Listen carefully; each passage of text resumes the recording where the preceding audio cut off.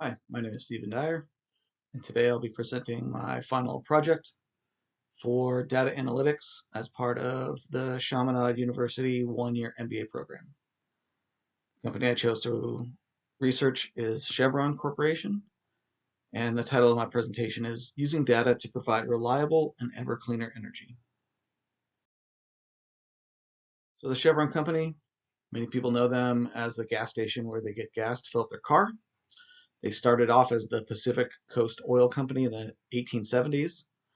They were actually a part of Standard Oil at one point. Standard Oil was broken up in 1911, made into Standard Oil of California, and they bought the Pacific Coast Oil Company shortly thereafter. The Chevron logo was developed in the 1930s, and then over the years they acquired several other oil companies, including Texaco, Gulf Oil, and Kentucky Standard Oil, to become the corporation they are now. They're the second largest U.S. oil company behind ExxonMobil, and they have what's called a vertically integrated company, which means they own the mineral leases, exploration, drilling, production, transportation, pipelines, storage, refining, distribution, everything from the well to the pump. Not only gasoline, but they also produce lubricating oils, jet fuels, kerosene, naphtha, and other petrochemical products, including for plastic and clothing products. Um, and like other oil companies in the last 10 years, they've kind of rebranded themselves to become energy companies, primarily through the use of natural gas, which is a cleaner burning, lower carbon intensity fuel source. A lot of new power plants in natural gas taking over from older coal power plants. And they also, as part of that rebrand into energy, are expanding into alternative and renewable energy sources. The oil and gas market that Chevron operates in is broken up into state-run and investor-owned companies. State-run means they are owned and operated by a country or government, and money goes back into the country or government. China and Saudi Arabia are probably the two largest players in this market. They each operate several oil companies that are in the 450 to 500 billion dollar per year revenue area. There are also investor-owned companies. They're called super majors, the ones that I have listed here. They're led by ExxonMobil, which has about $350 billion per year in revenue. There are social pressures and, of course, regulations on all these companies. And so they've, like I said before, pivoted to become energy companies. And almost all of these companies are invested in future energy sources, not just oil and gas. Chevron's company strategy is strong on vertical integration. They own all the pieces of the operations from the pump to all the way back to the well. So upstream, pulling oil out of the ground, midstream, transporting oil via pipelines and shipping, and then downstream, refining and distributing oil and gas and other petroleum items all the way to the consumer. They have strong financials, so of course they are making a large revenue every year in the hundreds of millions of dollars, and they're willing to deploy that capital to maintain market position and develop new resources. Operational excellence. So even though they've been in business for 150 years, they're finding new ways to become more efficient and be better at what they do. We'll talk more about that in a few slides. They're also pioneering new technology. So whether that's new forms of drilling or new ways of drilling, adding technology to the mix helps increase their bottom line. And so they found ways to add technology to increase production. And then developing new energy sources. So Chevron is transitioning to develop new energy sources as the market demands. So they're using biofuels, renewable diesels, and especially hydrogen production, which again we'll talk about in a few slides. For this report, I evaluated Chevron's strategy using Porter's 5 forces, and we can see that the company has set itself apart in the energy sector. The threat of new entrants is low. Chevron is a well-established player in an industry that requires large capital investment to start up. Substitution, also low. It's hard to give up oil and gas in today's current environment. Power of buyers, low. Again, we need oil and gas to power our vehicles, our homes, our airplanes, our ships. Difficult to get away from the product that Chevron is selling. Power suppliers. Chevron actually owns the means of supply as a vertically integrated company, and so they don't have a lot of pressure from suppliers to raise prices over time. And then competition. Here's where Chevron has some threat to their position. There are, of course, other oil and gas companies. Some companies can do it cheaper, and some alternative energies are starting to emerge that could challenge or rival Chevron's energy dominance. Also did a SWOT analysis for Chevron, and I've highlighted a couple of the strengths and weaknesses, opportunities, and threats that I'll talk about. Of course, diversified operations. Like we said, they're a vertically integrated company, which means that Chevron has a lot of synergies that they can realize from end to end. It's a huge strength. Strong financials, right? Great cash flow. People always looking for their product. So they have a strong financial position to either expand or invest in new opportunities. Weaknesses, environmental and social risk, and sustainable energy competition, right? These kind of go together. There's a lot of regulations associated with this and with the energy industry, and Chevron has to comply with all those. And of course, market attitudes are changing towards alternative forms of energy for transportation, for our houses, and that's an area where Chevron could do more to shore up this weakness.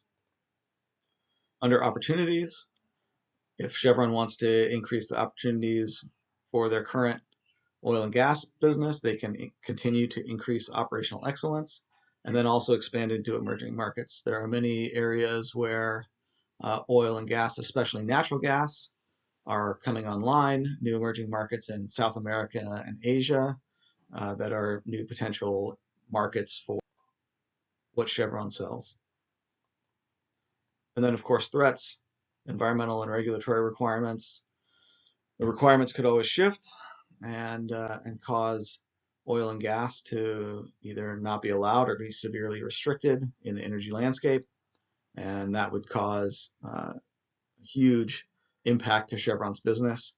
And then geopolitical risk. Some of the areas where we extract oil and gas from in the world are not stable, and so because of that, there's always a risk to Chevron's assets in those areas. All right, we got the background out of the way. Let's get to the interesting stuff. How does data analytics play into what Chevron does? Well, one of the big ways is via key performance indicators. And of course, everybody likes to hear about financial key performance indicators. So here's a revenue and profit margin for Chevron. I believe this is for the third quarter of 2023. And this is just a nice visual that shows kind of their upstream and downstream revenues, 51 billion. So, for the year, 4 quarters, that's about 200 billion.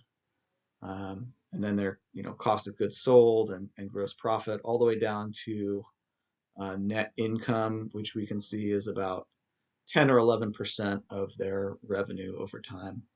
So really that top line revenue and then that final profit margin are key performance indicators that almost every company uses.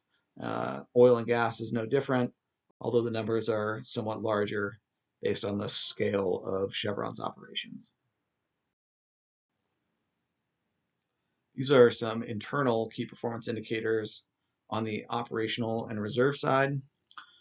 Production volume, you can see they have multiple years listed here. Kind of demonstrates to management and to investors or the board of directors where the company has been and where they're going. And they're broken out by different areas of the world. You can see where perhaps company has more room to grow in some areas of the world, or where they may be overly reliant. And then, of course, in reserves, how long will the oil and gas that Chevron pumps last? If they pump out X amount per day, how much is that per year? How many years worth of reserves do we have? Do we need to go start looking for new ones? These help inform some of the operational and day-to-day decisions that need to be made at the business. Another area of KPIs that's very important is environmental. And here I'd like to highlight methane and the work being done to reduce methane in the oil and gas industry. Chevron also pioneered this area and has been trying to reduce their methane emissions for about the last 20 years. Methane is a greenhouse gas that causes a much higher rate of warming than some other greenhouse gases like CO or CO2. And so it's very important to reduce the amount of methane that is generated or released by drilling for oil and gas. This is one way that we can reduce the intensity of emissions that are produced by producing and consuming fossil fuels as we continue to use them for some time into the future. Also researched about Chevron's data infrastructure. As a large industrial operation, they of course use many Internet of Things and remote sensing systems. On the right-hand side here, I want to highlight their supply chain data foundation architecture, or SCDF architecture. Right, this is an area where they've been working with Microsoft to really collect and streamline the data that they do have and that they use on a day-to-day basis into data lakes and data warehouses, so that different business units can use the data to make operational decisions and increase operational excellence, as we'll talk about in another slide. Right? These are cloud resources, or a hybrid environment, right, where they have a mix of cloud resources and cloud computing, but also edge computing, right, as a diversified operations with many sites spread out across the world. Connectivity can be an issue, and so edge analytics or edge computing allows the company to make decisions with the data they have at those remote sites without having to have a persistent connection to the data architecture that's in the cloud. So once they collect all the data, what do they do with it? Well, here's some of the highlights of Chevron's data analytics systems. So this picture is from a drilling support center. Chevron operates the drilling support center here in Houston, Texas. It's a centralized support facility for all of their oil and gas drilling across the country and across the globe. They monitor remotely the wells that they are operating in, and they monitor for pressure and temperature and flow rates and other performance parameters to make sure that the well is producing as it should be.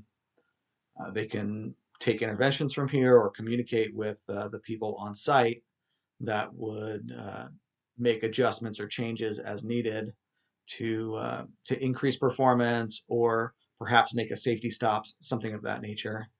They've also introduced machine learning and artificial intelligence into some of these processes that help them sift through the mountains of data and find either problems with the systems or make recommendations for how they could increase production or more optimize production.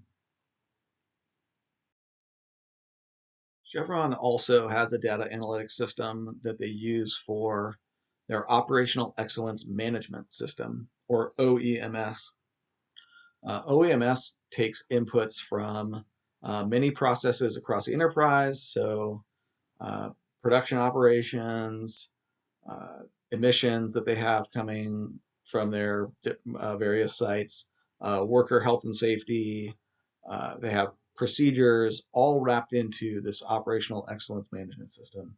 And they use this as the baseline to increase their corporate performance all the way from the workers on site all the way up to management who use the OEMS system to ensure that policies and procedures and performance metrics are being met.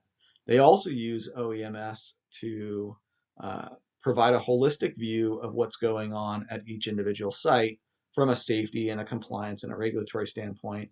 And it allows them to take early interventions so that they don't have a safety problem or an equipment problem that would take the site offline, which would make a kink in their supply chain that they've developed. Another use of data at Chevron, like many other companies, is business intelligence. So here we have financial information, but much deeper than this, they can also drill down into performance metrics and cost performance metrics for each individual site, and then benchmark between those sites to see if there are improvements or changes that could be made to increase operational efficiency, cost performance, or other financial metrics that would increase the business's value over time. Another business intelligence application of data at Chevron is compliance reporting. Here I'd like to talk about methane once again. On the lower left, we see an oil well flare. It's actually where they burn natural gas, which is a byproduct of drilling for oil or extracting oil from the ground. Natural gas used to be so cheap that we literally just burned it off as it was coming out of the ground.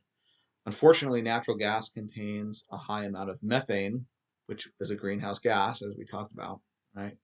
In the center graphic there, you can see a drone shot with a special sensor that senses methane, and then on the left is the same kind of shot, except that this is a satellite view that also shows methane being discharged from oil and gas site. Now, the industry has actually started capturing natural gas because it turns out we can use it in lots of other applications. For example, in power production. So there's a business case for capturing and storing and distributing natural gas. But the secondary side of that is it really helps reduce methane production and release into the atmosphere, which is what's being reported here, right? So these are some of the emissions that can be reduced as part of oil and gases, cleaning up the oil and gas process over time. And reducing these emissions contributes significantly to reducing greenhouse gas emissions. I learned through this research project that Chevron has data collection and usage baked into every facet of their operations. Moving into the future, they're going to have to continue to use this data to make strategic choices that will help them grow and thrive moving forward.